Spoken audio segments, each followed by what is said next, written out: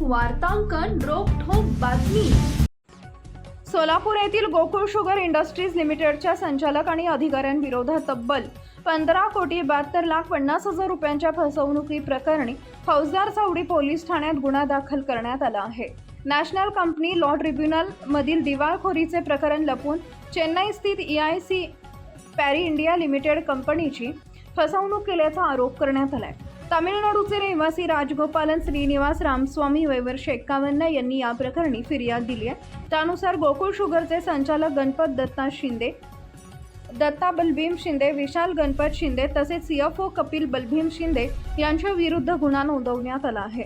पोलिसांच्या माहितीनुसार कंपनीवर NCLT मध्ये सुमारे 33 कोटी रुपयांचे दिवाळखोरीचे प्रकरण प्रलंबित असताना ही बाब लपवून फिर्यादी कंपनीसोबत बी हेवी व सिक मोलासेस खरेदीचा करार करण्यात आलाय।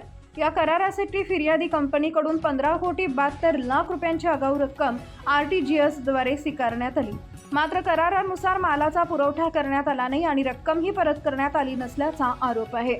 तसेच ही रक्कम इतर खात्यांमध्ये वळवणे आणि बँकेत शिल्लक नसताना धनादेश देऊन दिशाभूल केल्याचाही आरोप फिर्यादीत करण्यात आला आहे। महाराष्ट्रातील महत्त्वाच्या आणि ताज्या बातम्या पाहण्यासाठी आमच्या जय हो न्यूज चॅनलला सबस्क्राइब करा आणि बेल आयकॉन प्रेस करा।